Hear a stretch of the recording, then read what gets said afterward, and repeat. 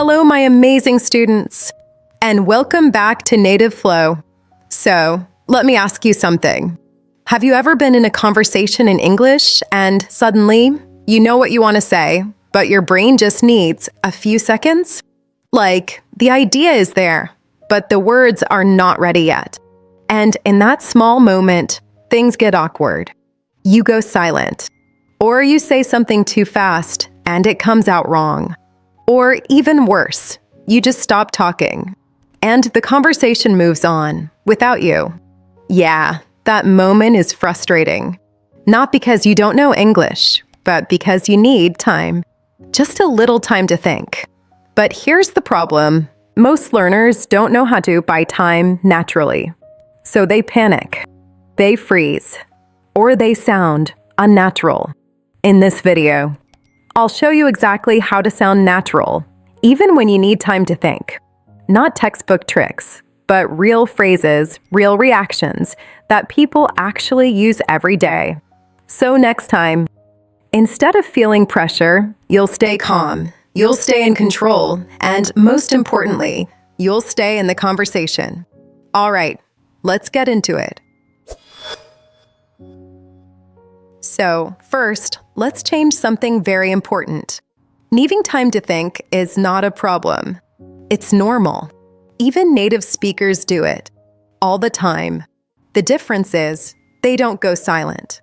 They fill that time, naturally. You see, in real conversations, people don't speak perfectly. They pause. They think. They search for words. But these small sounds, small words, to stay connected. And that's what you need. Not faster thinking, but better reactions. Let me show you something simple. Instead of going silent, you can say, let me think. Or even shorter, that small sound does something powerful.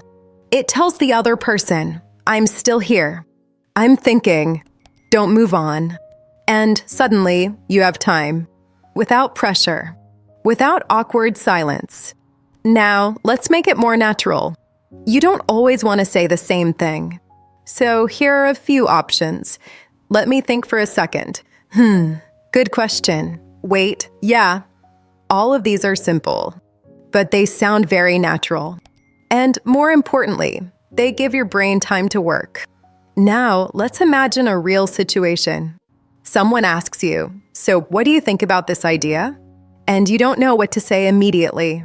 Instead of freezing, you say, good question, pause, think, then answer. See? You didn't rush. You didn't panic. You stayed in control. And that is the goal. So now that you understand something very important, that needing time is normal, we need to go one level deeper. Because the goal is not just to pause. The goal is to pause and still sound natural. There is a big difference between silence and controlled thinking. Silence feels like a problem. Controlled thinking feels like confidence. And this difference comes from small habits. Very small habits. Let's start with something simple. When most learners need time to think, they do one of two things. They either stop completely or they try to answer too fast. Both are problems. Stopping creates pressure. Rushing creates mistakes. So what you need instead is a middle space. A space where you are thinking, but still communicating. This is where natural connectors come in. Not advanced vocabulary. Not complex grammar. Just small linking phrases. For example, actually, well, these words don't carry strong meaning. But they carry something more important. They carry rhythm. Let's take a simple situation. Someone asks you, why do you want to improve your English? If you answer immediately, I want to improve my English because I need it for work. That's correct. But it sounds a bit direct. Now listen to this. Well, I think I want to improve my English because I need it for work. Same idea, but now it feels more natural, more human, more relaxed. And more importantly, you gave yourself time to think, without stopping the conversation. This is the key idea. You are not trying to speak faster. You are learning how to speak smoother. Now let's go deeper. Because sometimes one word is not enough. You need more time. Maybe 2 seconds. Maybe 5. In that case, you can extend your thought naturally. For example, that's a good question. I think, or let me think about that for a second. These phrases do something very important. They create space, but they also create expectation. The other person understands that you are thinking, so they wait, without pressure, without confusion.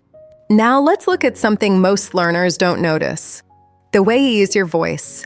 Because sounding natural is not just about words. It's about how you say them. If you say, "Let me think," in a flat voice, it sounds unsure. But if you say, "Let me think," with a calm tone, it sounds controlled. Same words, different feeling, and that feeling changes everything. Now imagine this situation. You're in a conversation. Someone asks you something unexpected, something you didn't prepare for. Your brain needs time. Instead of freezing, you say, that's interesting. Let me think," and then you continue. That moment feels completely different because now you're not reacting with panic. You are leading the moment. And this is what makes you sound natural. Not perfect grammar, not big vocabulary, but control. Now let's talk about another important habit: repeating part of the question. This is very powerful because it gives you time and it shows engagement. For example, someone asks, "What do you usually do on weekends?" You can say on weekends, I usually. That small repetition gives you 1 or 2 seconds, and it makes your answers smoother. This is something native speakers do all the time, without thinking. And now you can do it too.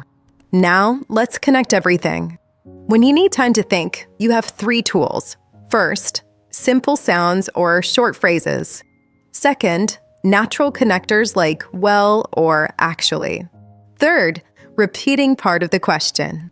And when you combine these, something powerful happens. You stop feeling rushed. You stop feeling blocked. You start feeling in control. And that control is what creates confidence. Not speed, not perfection, just control. Now here's something very important. Do not try to use all of this at once. That will make your speech heavy. Instead, choose 1 or 2. Practice them. Use them in real conversations. And slowly, they will become automatic. Because fluency is not built in one moment. It is built through repetition, through small improvements, through real use. And once your brain understands that it has time, it stops panicking. It relaxes. And when your brain is relaxed, your English becomes clearer, more natural, more real. So the next time you feel that pressure, that moment where your brain needs time, don't fight it. Use it, control it, and stay in the conversation, because that's where real progress happens. Now let's move into real situations, because understanding the idea is one thing. Using it in the moment is something else. And this is where many learners still struggle. Not because they don't know what to say, but because real conversations don't give you time to prepare. They move fast. They change direction. And sometimes they put you under pressure. So what you need now is not just phrases. You need patterns. Patterns you can use in different situations. Let's start with a very common one. You're in a conversation, and someone asks you something personal or unexpected. For example, "So, what are your plans for the future?" This is not a simple question. It requires thinking, structure, clarity. Most learners feel pressure here. They either give a very short answer or they try to say too much, too fast. But there is a better way. You slow the moment down. You take control of the rhythm. You say, "Well, that's something I've been thinking about." Now you created space. Now your brain has time to organize. Then you continue. "I think I want to focus on," simple. clear, controlled. Now let's take another situation, a group conversation. This is more difficult because now it's not just about language. It's about timing. People talk over each other. They react quickly. And if you hesitate, you lose your chance. So what can you do? You don't wait for the perfect moment. You create your moment. You enter the conversation with a soft start. For example, yeah, I think, or actually. I had a similar thought. These are not strong interruptions. They are smooth entries. They allow you to join the conversation without pressure. Now, once you enter, you need to keep your flow.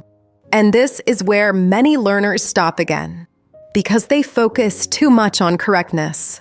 They start thinking, is this sentence right? Is this word correct? And that thinking breaks the flow. So instead, focus on connection, not perfection. You can say, so basically, what I think is, and continue, even if your sentence is simple, even if it's not perfect. Because in conversations, clarity is more important than complexity. Now let's go into a more challenging situation. You are explaining something, maybe an idea, maybe a story, and you suddenly feel lost. You forget a word, or you lose your structure. This is where many learners stop completely. But you don't need to stop. You can recover very naturally. For example, what I mean is, or let me explain it in a simpler way. These phrases give you a reset. They allow you to start again without losing confidence. And the person listening understands that you are adjusting, not failing. Now let's look at something very important. Confidence signals. These are small things that make you sound more confident, even if you are still thinking.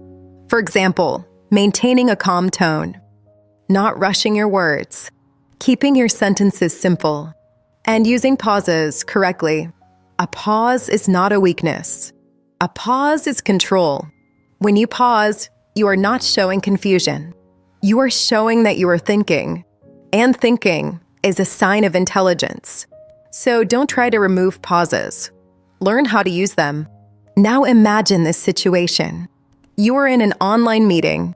Someone asks you a question directly. All attention is on you. This is pressure. Your heart beats faster. Your mind feels slower. But this is where your training helps you. Instead of reacting fast, you slow down. You say, let me think about that for a second. Now the pressure drops. Now you have space. Then you answer, step by step. This is how you handle real communication, not by being perfect, but by managing the moment. Now let's go deeper again, because something changes when you practice this. At first, you will feel that you are using techniques. You will feel that it is not natural yet. That's okay, because everything starts like that. But after some time, these patterns become part of your speech. You don't think about them. You use them automatically. And that's when your English starts to feel real, not studied, not memorized, but lived. And that is the goal, to move from thinking about English to thinking inside English. Now here is something very important. Do not try to eliminate thinking. That is not realistic. Even fluent speakers think. The difference is, they think while speaking, not before speaking. And that is what you are building. The ability to move forward, even when your thoughts are not complete. And this ability changes everything, because now you are not blocked by hesitation. You are supported by it. You use hesitation as a tool, not as a weakness. So next time you are in a conversation and you feel that moment coming, that small delay, don't fight it. Use one of your patterns. Enter the space. Control the rhythm. And continue. Because real fluency is not about speed. It's about flow. And flow comes from control. Now, before we finish, there is something deeper you need to understand. Because everything you learned in this video is not just about sounding natural. It's about changing your relationship with English. Most learners think fluency means speaking without hesitation, without pauses, without mistakes. But that idea creates pressure, and pressure slows you down. Because every time you speak, you feel like you are being tested. You feel like you need to perform, to be correct, to be perfect. And in that state, your brain doesn't work freely. It becomes careful, tense, slow. But real communication doesn't work like that. Real communication is flexible. It moves. It adapts. And sometimes it is not perfect. And that's okay. So instead of trying to remove hesitation, you learn how to live inside it. You learn how to speak, even when your thoughts are not complete. You learn how to continue, even when you are not fully ready. And this is what changes everything. Because now, you are not waiting to be fluent. You're acting as someone who already communicates. There is a big difference between those two. Waiting creates distance. Acting creates progress. Now let's look at something very real. Imagine two learners. The first one waits before speaking. He wants to be sure. He wants to build the perfect sentence. So he pauses, thinks, corrects himself, and then speaks. The second one starts speaking earlier. Not perfectly, not completely ready, but he moves forward. He uses simple words. He adjusts while speaking. He continues. Which one improves faster? The second one, always. Not because he is better, but because he is active. He is inside the language. And that's where learning happens. Not in preparation, but in participation. Now this is where your identity starts to change. Because at some point, you stop seeing yourself as a learner. And you start seeing yourself as a speaker. Not a perfect speaker, but a real one. Someone who communicates. Someone who reacts. Someone who continues. And once that shift happens, everything becomes easier. You stop fearing mistakes. You stop overthinking every word. You stop waiting for the perfect moment. Because you understand something simple. The perfect moment doesn't exist. Only the next moment exists. And what you do in that moment is what builds your fluency. Now, let's connect this to your daily life. The next time you are in a conversation and you feel that delay, that need to think, I don't want you to see it as a problem. I want you to see it as part of your process. Something normal, something expected. And instead of trying to remove it, you use it. You slow down. You choose a phrase. You stay present. And you continue. That's it. Not complicated. Not perfect. Just real. Now here's something important. At the beginning, you will still feel a little uncomfortable. You will still hesitate sometimes. That's normal, because you are changing a habit, and habits take time. But with each conversation, with each moment where you choose to stay, instead of escape, you build something stronger. You build trust. Trust in your ability to handle situations. Trust in your ability to communicate, even when things are not clear. And that trust is what creates confidence. Not knowing everything, but knowing that you can continue. Now let me ask you something. How many times did you stop yourself from speaking just because you needed a few seconds? How many ideas did you keep inside because you were afraid of that pause? And what if those pauses were never the problem? What if the problem was how you reacted to them? Because now you have a different approach. You don't stop. You don't panic.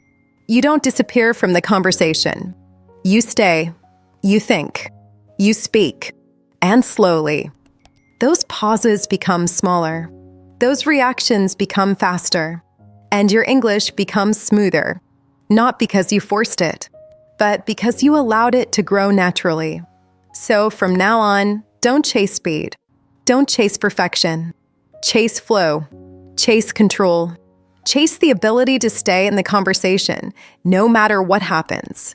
Because that ability is what makes your English real. And once your English becomes real, everything changes. You feel more comfortable, more confident, more free, not because you know more words, but because you know how to use them at the right moment, in a natural way. And that is what fluency really is. Not a destination, but a way of speaking, a way of reacting, a way of being inside the language.